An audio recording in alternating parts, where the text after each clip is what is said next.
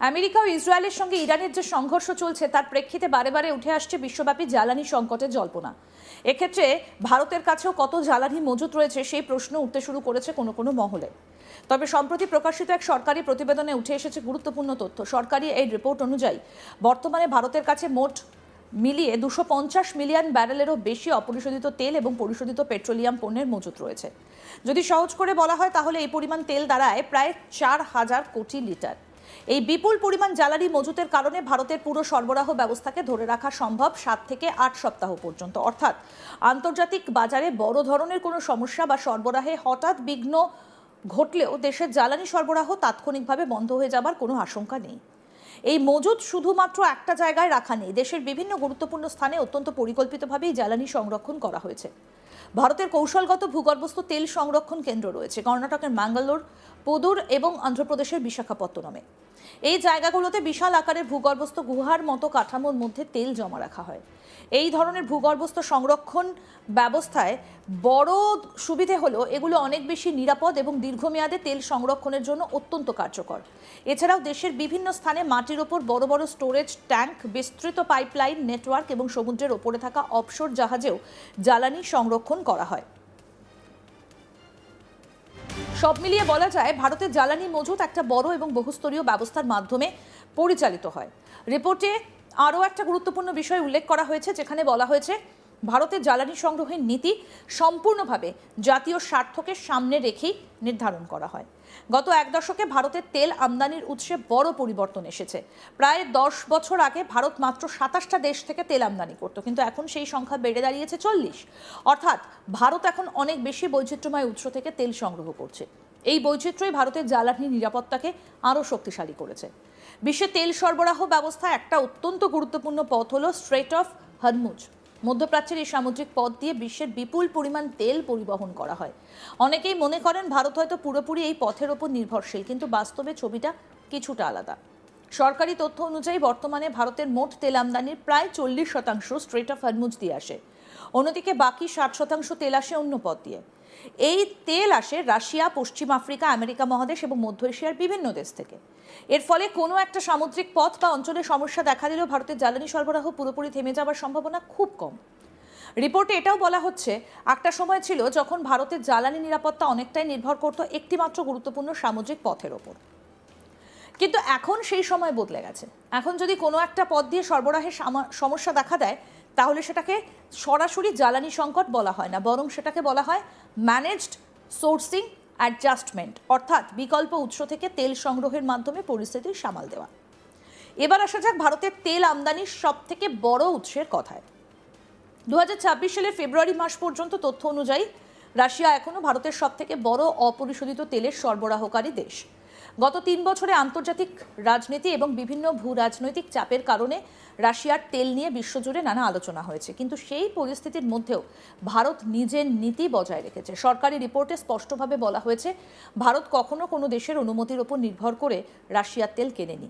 2026 সালের ফেব্রুয়ারিতেও ভারত রাশিয়া থেকে তেল আমদানি করেছে এবং রাশিয়ায় ভারতের বৃহত্তম সরবরাহকারী রয়ে গিয়েছে। তবে এর পাশাপাশি ভারত আন্তর্জাতিক নিয়মও মেনে চলে। বিশেষ করে G7 দেশগুলোর নির্ধারিত প্রাইস ক্যাপ নিয়ম মেনে তেল আমদানি করা হচ্ছে। সম্প্রতি আমেরিকার ট্রেজারি বিভাগ ভারতের জন্য একটা 30 দিনের বিশেষ ছাড় বা ওয়েভার দিয়েছে, যার ফলে রাশিয়া থেকে তেল কেনার প্রক্রিয়া আরও সহজ হয়েছে। রিপোর্টে বলা হয়েছে এই সিদ্ধান্ত আসলে এমন একটা বাধা দূর করেছে যা দীর্ঘদিন ধরে অপ্রয়োজনীয়ভাবে বাজারে অনিশ্চয়তা তৈরি করেছিল। একই সঙ্গে এটা স্বীকার করে যে বিশ্ব জ্বালানি বাজারকে স্থিতিশীল রাখতে ভারত একটা গুরুত্বপূর্ণ ভূমিকা পালন করছে। এবার দেখা যাক দেশের ভেতরের পরিস্থিতি কি।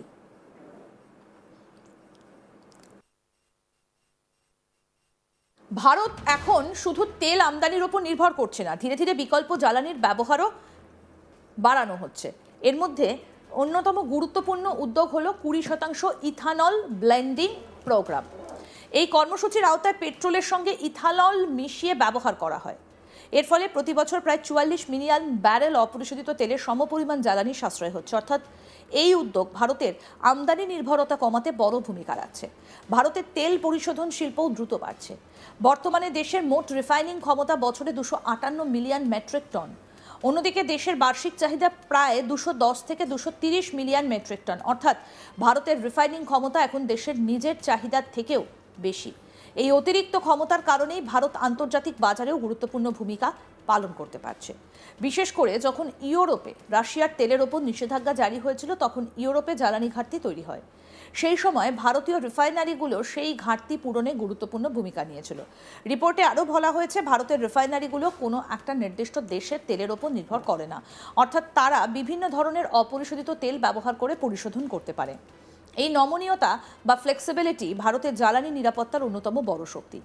এবার আসা যাক সাধারণ মানুষের সবথেকে গুরুত্বপূর্ণ প্রশ্নে, জ্বালানির দাম। পেট্রোল এবং ডিজেলের দাম সাধারণ মানুষের দৈনন্দিন জীবনে বড় প্রভাব ফেলে। সরকারি তথ্য অনুযায়ী গত 4 বছর ধরে ভারতে খুচরো জ্বালানির দাম তুলনামূলকভাবে স্থিতিশীল রয়েছে। 2022 সালের ফেব্রুয়ারি থেকে 2026 সালের ফেব্রুয়ারি পর্যন্ত সময়ে দিল্লিতে পেট্রোলের দাম 0.67% কমেছে। অন্যদিকে একই সময়ে পাকিস্তানে পেট্রোলের দাম বেড়েছে প্রায় 55%, আর জার্মানিতে বেড়েছে প্রায় 22%। অর্থাৎ আন্তর্জাতিক বাজারে দামের ওঠানামা হলেও ভারতের দাম তুলনামূলকভাবে নিয়ন্ত্রিত রাখা হয়েছে। তবে এর জন্য বড় আর্থিক চাপ নিতে হয়েছে দেশের সরকারি তেল সংস্থাগুলোকে। রিপোর্ট অনুযায়ী পেট্রোল এবং ডিজেলের ক্ষেত্রে সরকারি তেল কোম্পানিগুলো প্রায় 24,500 কোটি টাকা লোকসান বহন করছে, আর এলপিজি গ্যাসের ক্ষেত্রে সেই লোকসানের পরিমাণ প্রায় 40,000 কোটি টাকা। এই ক্ষতি সত্ত্বেও সাধারণ মানুষের ওপর অতিরিক্ত চাপ না দেবার চেষ্টা করা হয়েছে। রিপোর্টে আরও বলা হয়েছে, ভারতের জ্বালানি নীতির প্রত্যেকটা সিদ্ধান্ত 3টে গুরুত্বপূর্ণ বিষয়ের কথা মাথায় রেখে নেওয়া হয়। সেগুলো হলো সাশ্রয়ী হওয়া, সহজলভ্য হওয়া এবং দীর্ঘমেয়াদে টেকসই হওয়া। অর্থাৎ সাধারণ মানুষের নাগালের মধ্যে দাম রাখা, দেশে পর্যাপ্ত জ্বালানি নিশ্চিত করা এবং পরিবেশ ও ভবিষ্যতের কথা মাথায় রাখা। এই 3টি লক্ষ্যই নীতি নির্ধারণের মূল ভিত্তি। সবথেকে উল্লেখযোগ্য বিষয়, গত 12 বছরে দেশের কোনো পেট্রোল পাম্পে জ্বালানি সম্পূর্ণ শেষ হয়ে যাবার ঘটনা ঘটেনি। এটাই প্রমাণ করে যে ভারতের জ্বালানি সরবরাহ ব্যবস্থা এখন অনেক বেশি শক্তিশালী এবং পরিকল্পিত।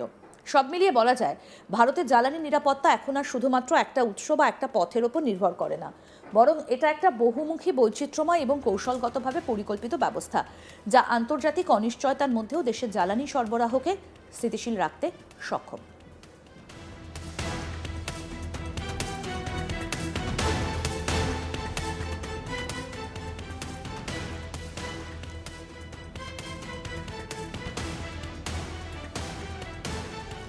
স্ট্রেট অফ হরমুজ বন্ধ হয়ে যাবার ফলে কি ভারতের অর্থনীতিতে সত্যিই চাপ পড়বে? কারণ গোটা বিশ্বের যে তেল আসে স্ট্রেট অফ হরমুজ দিয়ে, তার 60% তেলই গোটা বিশ্বে আস্তে আস্তে ছড়িয়ে পড়ে। কিন্তু মিডল ইস্ট বা ইরানের এই যুদ্ধকে কেন্দ্র করে এই মুহূর্তে স্ট্রেট অফ হরমুজ বন্ধ করে দেওয়া হয়েছে। বারবার হুমকি দেওয়া হচ্ছে এবং নানা রকম ঘটনা ঘটে চলেছে। আর এই যুদ্ধের আবহে ভারতের অর্থনীতিতে এই স্ট্রেট অফ হরমুজ দিয়ে তেল আসা বা না আসায় কি কোনো প্রভাব পড়ল? কারণ ইতিমধ্যে রাশিয়া থেকে তেল ঢুকেছে ভারতে। সুতরাং সব মিলিয়ে বলা যায় যে ভারত কিন্তু এই মুহূর্তে নিজের অবস্থান একেবারে স্পষ্টই রেখেছে। আরও আপডেট পেতে দেখতে থাকুন আজ তাক বাংলা। সাবস্ক্রাইব করুন, নোটিফিকেশন পেতে বেল বাটন অপশন প্রেস করুন।